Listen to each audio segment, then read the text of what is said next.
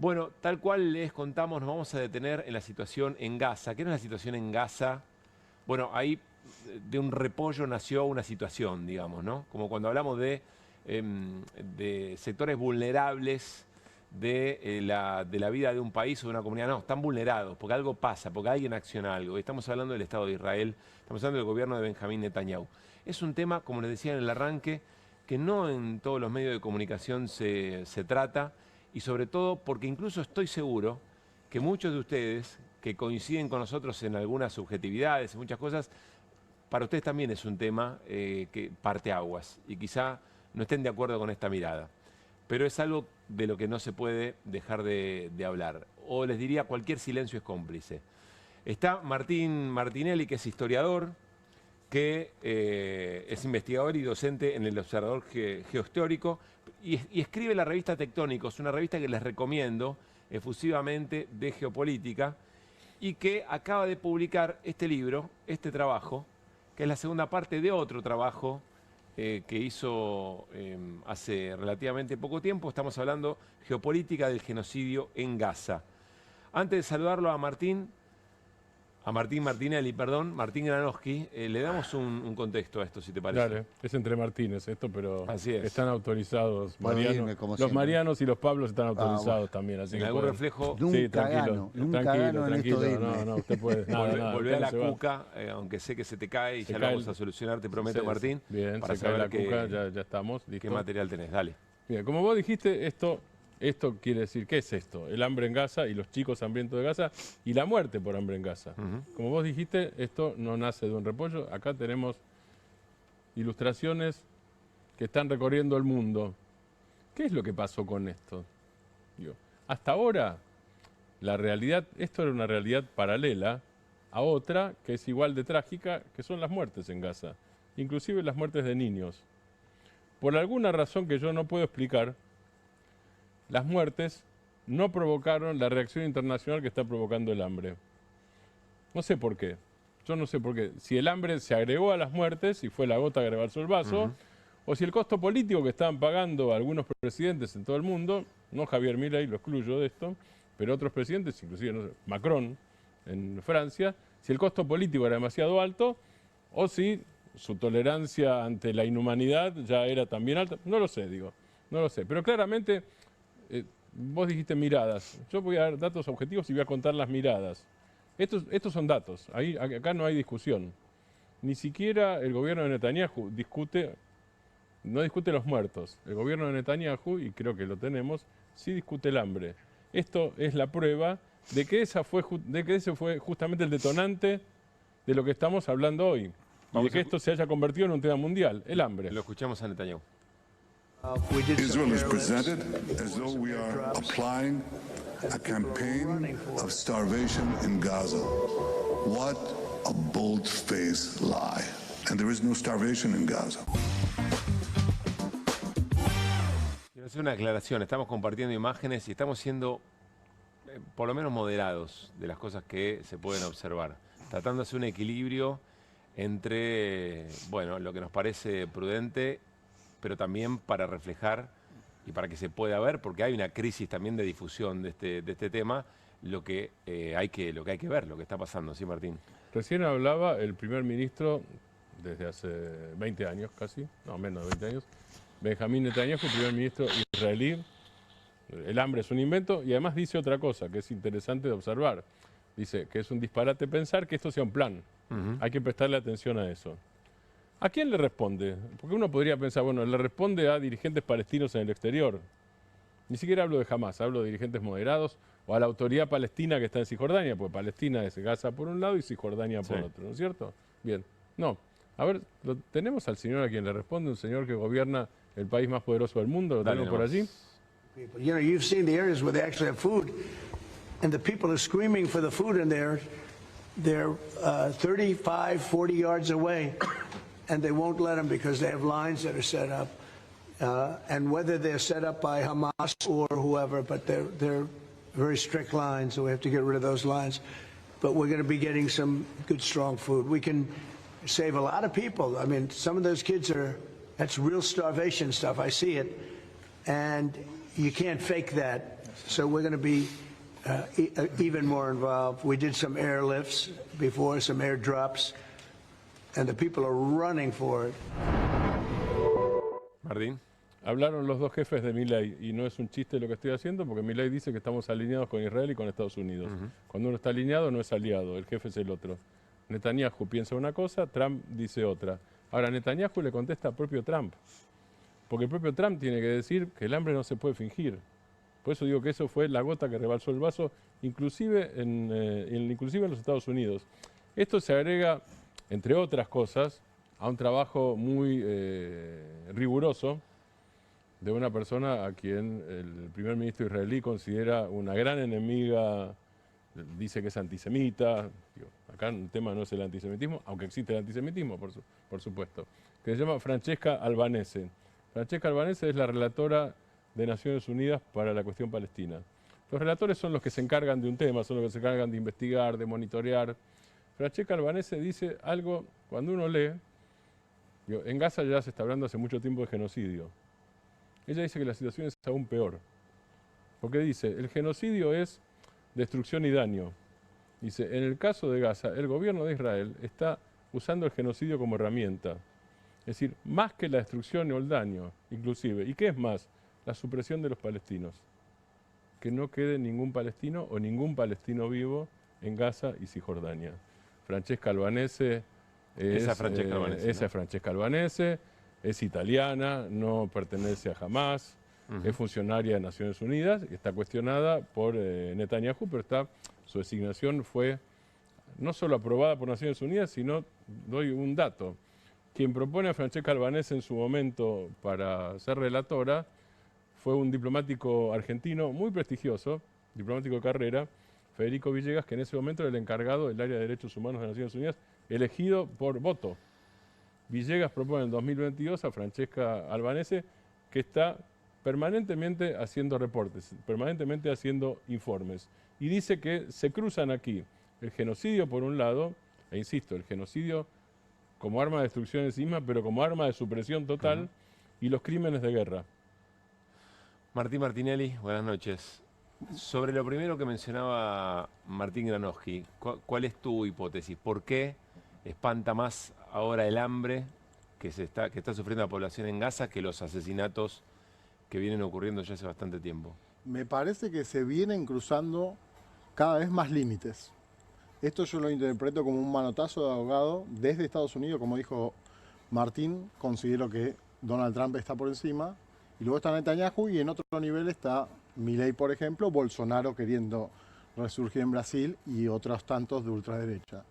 En esa lógica, lo que haría Francia o Reino Unido si reconocen el derecho del Estado palestino o legitiman eso, también lo dijo Países Bajos, Canadá, esa lógica es porque incluso dentro de esos países, en los lobbies o en las fracciones de poder, hay diferencias respecto a este tema. Como vos planteabas muy bien, todos no van a estar de acuerdo en lo que digamos acerca de Palestina, Gaza o Israel, porque hay una cuestión bíblica, religiosa, de la Torá, sobre todo en las narrativas de los medios. Eso es lo primero que tergiversa la cuestión. Y esto del hambre, al ver esas imágenes que vos mismo decías, no estamos mostrando todo. Si uno entra a Instagram o cualquier otra red social ahora mismo y busca cuestiones sobre esta, e incluso salió, por ejemplo, en Página 12 una nota que recomendaba a varios influencers desde Palestina, porque los periodistas no lo pueden hacer, y llega a ver imágenes calamitosas, como no se veía, por lo menos, podríamos decir, de la Shoah, que la gente lo conoce como el Holocausto, y son imágenes totalmente que deshumanizan a los palestinos y totalmente de cuestiones extremas, ¿no? O sea, la gente hasta un nivel toleraría, entre comillas, la guerra Rusia-Ucrania, OTAN, la guerra o los enfrentamientos de Israel, Irán y Palestina, y en este caso, o sea, se juega no solo con las mujeres y los niños, sino que a un nivel de desnutrición que se ven unas imágenes terribles. Martín, ¿qué tipo de acciones son las que viene sufriendo el pueblo palestino? El pueblo palestino sufre una colonización denodada desde que Israel se crea en ese lugar de la mano de las potencias occidentales, como muchos otros países, pero a contramano de la corriente de descolonización mundial. Luego de, sobre todo en 1967, Israel recibe la tecnología de armamento nuclear en los 60 por parte de Francia, pero en el 67 se marca un quiebre donde Estados Unidos es a quien más ayuda militar le da, más ayuda económica y un apoyo financiero, logístico, de sostenimiento diplomático, como en el Consejo de Seguridad de Naciones Unidas, cuando veta cada resolución contra Israel, y por eso de los 5 que están sentados, Rusia, China, Reino Unido, Gran Bretaña, Reino Unido, Gran Bretaña y el mismo Estados Unidos, el único que lo veta es Estados Unidos. Si Reino Unido y Francia reconocen el Estado de Palestina, más que China y Rusia van a oponerse, porque ya lo están haciendo con Estados Unidos, eso va a marcar un quiebre porque el centro de la Afroeurasia o la región del Medio Oriente tiene el 45% de las reservas comprobadas de petróleo mundial y el gas. Si Israel y Palestina estuvieran en Sudáfrica, no es que interesaría menos, pero no estaríamos en todos los medios del mundo hablando de eso, o si estuviera en Alaska. Está en el centro de la cuestión del mayor problema geopolítico mundial. Quizás fue muy genérica, perdón la pregunta, pero insisto, ¿qué tipo de acciones está sufriendo hoy? Estamos hablando de bombardeos, estamos hablando de impedimento para que lleguen medicamentos, comida, ¿de qué estamos hablando? Sobre la franja de Gaza, que son 360 kilómetros cuadrados, hay un bloqueo por aire, mar y tierra desde 2006. Esto se agravó ahora y hay una ocupación del 87% de la franja por el ejército israelí. Y las 2.300.000 personas que había, entre los 200.000 muertos que habla de Lancet, vamos a las cifras oficiales que son 60.000. 60.000 es la oficial. 60.000, ¿no? Pero bajo los escombros otra cantidad. Si decimos eso, bueno... Lancet es un medio inglés. Medio inglés, sí. Es el que seguíamos en la pandemia, claro. de los médicos. Y de eso, o sea, siguen siendo bombardeados en las escuelas donde se refugian. Incluso vimos al sacerdote argentino que había designado Bergoglio, que hasta hace 20 años... que él un poco contó y también va traspasando el velo, incluso ahí veíamos una nota de Infobae sobre Trump. Medios que, como La Nación sacó una nota ayer de escritores argentinos, sobre todo de literatura infantil, que hacían una proclama. Y ya esto, lo que creo que decía Martín en un principio, el hambre está llevando a que Trump, más allá que sea su aliado, incluso algunos hablan de que es su base militar en la región, su máximo aliado en la región, eso hace que traspase los límites de lo que la gente tolera. Entonces, por supuesto que las armas son en un 85% estadounidenses, dicen Made in USA, las armas con que matan palestinos, y esto del hambre llega a un nivel, algunos lo comparaban con el juego este del calamar, que cuando iban a alimentarse, y hay videos donde los asesinaban como si fuera, porque llega la tecnología... Siendo asesinados en el momento están yendo a buscar en las colas. En las filas. En las colas. Pero hay comprobadas. O por comida mal arrojada desde el aire. Y mueren aplastados. Estamos viendo ese tipo de cosas ya. Claro, se está viendo algo que ya no hay forma, me parece, por esto. Por supuesto que, por ejemplo, Francia, Macron, lo que decía, tiene su juego político y justamente en Francia hay una comunidad muy grande árabe y judía o muy fuerte políticamente, en protestas y demás, que Macron ya viene sufriendo el Sahel y también, digamos, France 24 viene mostrando ya más abiertamente esto de genocidio. Esto que dijo Martín de Francesca Albanese está citado en el libro Anatomía de un genocidio. Después tiene otras conferencias también del orden colonial, de la imposición. Y el último informe que saca, de los 3 más grandes, los estudios más grandes, habla de las empresas involucradas, entre ellas BlackRock, Vanguard, Volvo, McDonald's, Coca-Cola. BlackRock, ¿Involucradas de qué manera? Involucradas porque son las que sostienen directa o indirectamente el genocidio, porque las 7 mayores empresas armamentísticas del mundo que se están enriqueciendo ahora son estadounidenses. Raytheon, toda una serie de empresas que están en un entramado con, por supuesto, el gobierno estadounidense, porque los generales, el Pentágono, Pepe Escobar decía, bueno, es como una puerta que uno sale y entra del Ministerio de Guerra y pasa a la empresa mayor de armamentos. Entonces, Donald Trump se estaba rasgando las vestiduras. Bueno, que se informe que el país que gobierna de 230 años... Empieza a pasar también otra cosa que yo creo que es interesante de marcar. Netanyahu sigue teniendo la mayoría porque tiene una mayoría parlamentaria. Sigue teniendo la mayoría y la mantiene. Si pierde la mayoría va preso porque tiene juicio por corrupción pendientes. Pero mantiene esa mayoría. Al mismo tiempo, no digo que sea la mayor parte de la población israelí, porque no es así, pero una parte cada vez más importante, incluyo escritores, ex generales del ejército israelí, ex miembros del Mossad y de las fuerzas de seguridad interna. En Israel y fuera del mundo, digo, los Granoskis que andan por el mundo, digamos, por ejemplo, lo que empieza a pasar es, digo, hay un repudio a las masacres, una búsqueda, un pedido de paz, digamos, un pedido de negociación, y obviamente un repudio a la hambruna decidida, que Netanyahu dice que eso no es una decisión. Digo, hay por un lado eso y por otro lado hay algunos argumentos que uno empieza a leer en estos mismos sectores, digo, hablo de militares israelíes retirados, que dicen algo que es irrebatible, irrefutable, que es, Israel en Irán mató quirúrgicamente al científico nuclear del cuarto B, al general que vivía en el quinto H, digo, y él no tocó al vecino, hiperquirúrgico, no tocó al vecino, no tiró el edificio abajo. Y en Gaza, para combatir a Hamás, en un principio fue así, para combatir a Hamás, arrasa. Digo, hay algo que no cierra en eso. Pero esto, insisto, no lo estoy diciendo yo. Incluso creo que hablaron 5 rectores de universidades israelíes que generaron sacaron mucha una carta conmoción en interna. estos días. Mi pregunta era, ¿qué tanto apoyo ¿qué apoyo interno tiene Netanyahu para sostener esto 2020? El apoyo interno, el gobierno, como decía, ha ido estando intermitentemente, pero está en el poder hace más de 20 años, sí, en la lógica, pero es un poder dividido, es lo que se hablaba antes de los tercios en Argentina. O sea, la ANESET, que es el Parlamento, también. Ahora bien, la lógica es guerrerista porque hay una lógica de que vos vas 3 años al servicio militar obligatorio si sos hombre y 2 años si sos mujer. Y si sos profesor universitario, yo he tenido profesores argentinos israelíes que han venido a dictar clases acá, que sos ejército de reserva. Y cuando sucede esto, también están disponibles para eso. Y el mismo Snackder se llamaba, estudiaba el fascismo con Sternhell, Sive Sternhell, y el tipo decía, es una sociedad en armas, es una sociedad en guerra. Esos eran sus planteos teóricos para que entienda la gente. O sea, van armados. Un colono acaba de matar a uno de los que produjo No Other Land, Sin Otra Tierra, en Cisjordania, el documental que ganó el Oscar hace días. Cuando ese documental gana el Oscar, es parecido a lo que está diciendo Trump del hambre.